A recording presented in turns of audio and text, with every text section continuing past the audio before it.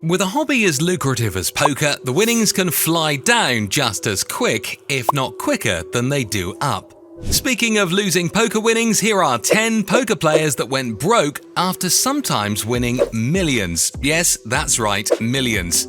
So first up we have Greek gambler Archie Karras, who died last September aged 74. He ran away from home at the age of 15 after, in a rage, his father threw a shovel at him, barely missing his head. Ouch! At the ripe age of 42, Archie Karras arrived in Las Vegas in December 1992 with just $50 in his pocket. After borrowing $10,000 from a friend, he reportedly turned it into $40 million over the next 3 years through a dramatic series of highs and lows, but mostly highs. Now, in the mid-1990s, we're probably talking of purchasing power of over $82 million. Pow! At one point, all this came crashing down after he lost $11 million in a night. He wasn't going to walk away there. He then raked in $20 million more in the 2 weeks that followed. Whoa! You think that's a roller coaster?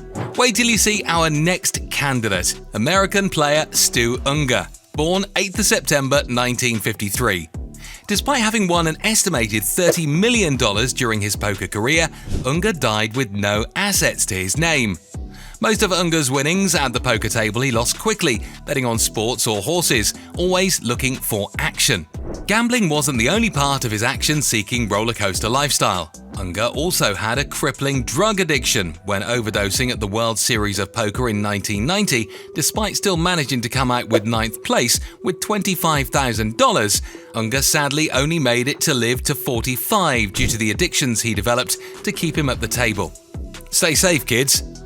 Next up, we have Eric Lindgren from California.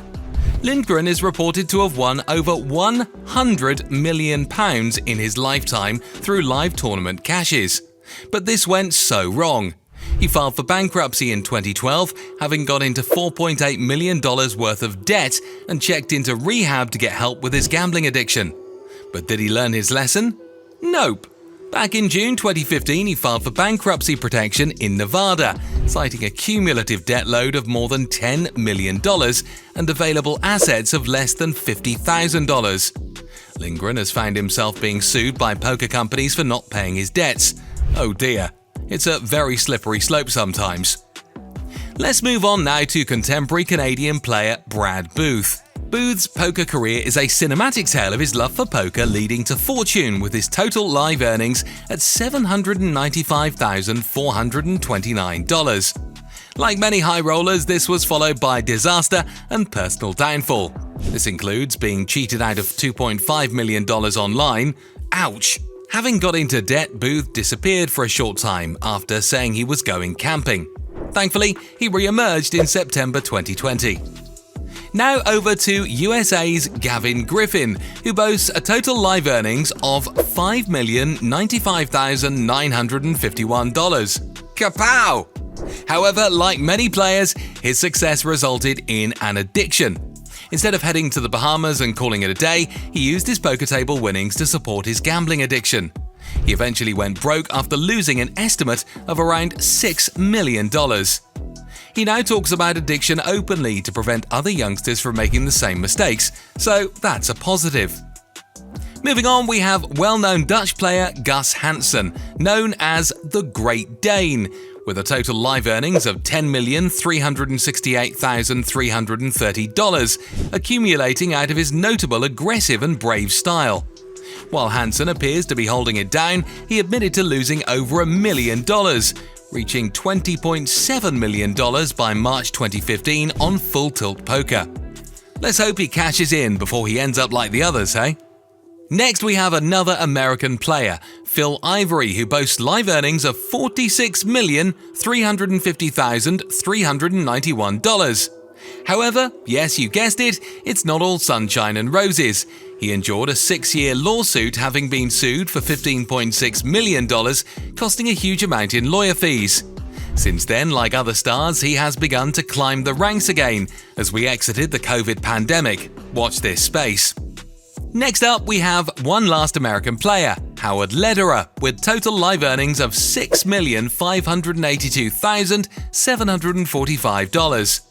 Following on the theme of poker stars and their legal funds, he declared bankruptcy in 2018 after being sued by the Department of Justice for his involvement in the Full Tilt poker scandal.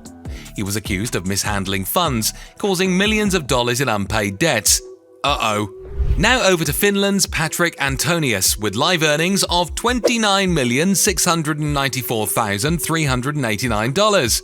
Patrick made a name for himself in the online poker realms, racking up huge wins in no time. But sadly, as you may expect, the winnings started to turn to losing fast, racking up a hefty $20 million in debt in 2017. Patrick remarkably has been able to make a fantastic comeback from that huge amount he had to claw back. As a man of many talents, he is also a tennis player, coach, and even a model. So I guess if the poker fails, he's got backup. And finally, we have Vietnamese-American Scotty Nguyen, with live earnings of $12,730,142. Scotty has competed in some of the most notable events in the world of poker and even taken home the World Series bracelet 5 times. An absolute character of the poker scene, he had some remarkable winnings, but that goes both ways.